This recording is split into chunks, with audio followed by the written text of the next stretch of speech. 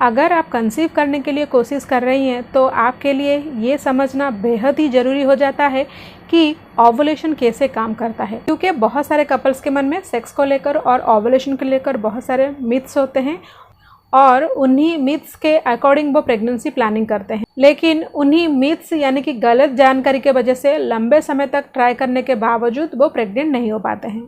तो चलिए हम जानते हैं उन सारे मिथ्स के बारे में। मिथ नंबर 1 कि आप हमेशा अपने मासिक चक्र के 14वें दिन यानी कि 14 डे पर ही ओवुलेट करते हैं, यानी कि आपके मासिक चक्र चाहे छोटा हो या फिर बड़ा हो या फिर जितनी भी लंबी हो, आपका ओवुलेशन हमेशा 14 डे पर ही होता है। ये बिल्कुल भी गलत है, क्योंकि हर महिला का जो मासिक चक्र होता है यानी कि पीरियड साइकिल लेंथ होता है वो अलग होता है। लेकिन ऑन एन एवरेज अगर हम देखें, एक महिला का जो नॉर्मल मासिक चक्र होता है वो 28 से 32 डे तक होता है। आपका मासिक चक्र चाहे छोटा हो या फिर बड़ा हो, आपका ओवुलेशन हमेशा ही आपका अगले पीरियड के ड्यू डेट के लगभग 12 से 14 दिन पहले ही होता है। सपोज आपका पीरियड साइकिल लेंथ 28 दिन का है, इसका मतलब ये है कि आपका ओवुलेशन लगभग 14वें दिन होगा। अगर आपका पीरियड साइकिल लेंथ 30 डेज का है यानी कि 30 दिन का है, इसका मतलब ये है कि आपका ओवुलेशन 16 डे पर होगा। अगर आपका पीरियड साइकिल लेंथ 32 डेज का है तो इसका मतलब ये है कि आपका ओवुलेशन 18 डे पर ही होगा। सो इसीलिए अगर आप प्रेगनेंसी के लिए प्लानिंग कर रहे हैं तो आपका ये जानना बेहद ही जरूरी है कि आपका ओवुलेशन आपका नेक्स्ट पीरियड के due date 12 to 14 days before यानी कि पहले होता है।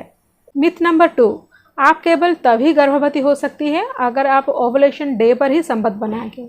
ये भी एक गलतफहमी ही है, क्योंकि ओवुलेशन के बाद जब आपका एग रप्चर होता है वो आपके शरीर में लगभग 24 आवर्स ही जीवित रह सकता है, लेकिन आपका पार्टनर का स्पर्म आपके फैलोपियन ट्यूब या फिर यूटेरस या फिर सर्विकल एरिया में लगभग 5 से 6 दिन तक जीवित रह सकता है। सो इसीलिए अगर आप ओवुलेशन के 5-6 दिन पहले भी रिलेशन बनाती है तो भी आपका प्रेग्नेंट होने का चांस बनता है। मिथ नंबर 3 कि गर्भधारण करने में सक्षम होने के लिए आपको ऑर्गेज्म तक पहुंचना बेहद ही ज़रूरी है। ये भी एक मिथ है या फिर गलतफहमी है, क्योंकि गर्भधारण करने के लिए आपको ऑर्गेज्म तक पहुंचने की कोई भी ज़रूरत नहीं है। सिर्फ ये ज़रूरी है कि आपका पार्टनर का स्पर्म आपके एग तक पहुंचे।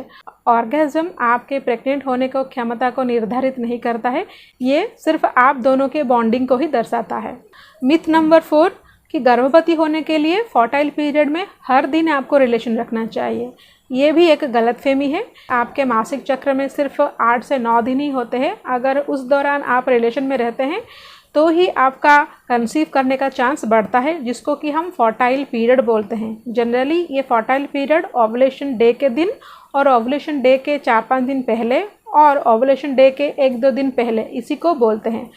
इस फर्टाइल पीरियड के दौरान आपको हर दिन रिलेशन रखने का कोई भी ज़रूरत नहीं है। अगर आप इस फर्टाइल पीरियड में एक दिन छोड़ के एक दिन भी रिलेशन में रहेंगे तब भी आपका कंसीव करने का चांस उतना ही रहता है। मिथ नंबर 5, अगर आप पहले से गर्भ निरोधक गोली यूज़ कर रहे थे और आप अभी प्रेगनेंसी के लिए ट्राई कर रहे हैं तो आपको प्रेगनेंसी कंसीव करने के लिए लंबा समय इंतज़ार करना पड़ेगा। ये भी एक मिथ है, लेकिन ये बात सच है कि जब आप गर्भ निरोधक गोली छोड़ देते हैं तो आपको कम से कम उस समय तक इंतज़ार करना चाहिए जब तक कि आपका नेचुरल पीरियड स्टार्ट ना हो।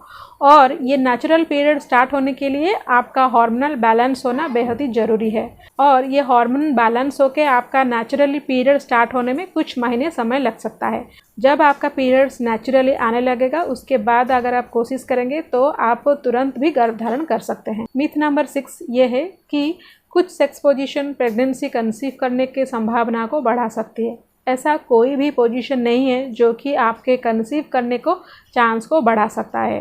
कंसीव करने के लिए आपका पार्टनर का स्पर्म आपके एग तक पहुंचना बेहद ही ज़रूरी है, और इसीलिए मैक्सिमम पेनिट्रेशन भी बहुत ज़रूरी है। अपने प्रेगनेंसी के चांस को बढ़ाने के लिए आप रिलेशन के बाद leg up the wall position भी ट्राई कर सकते हैं।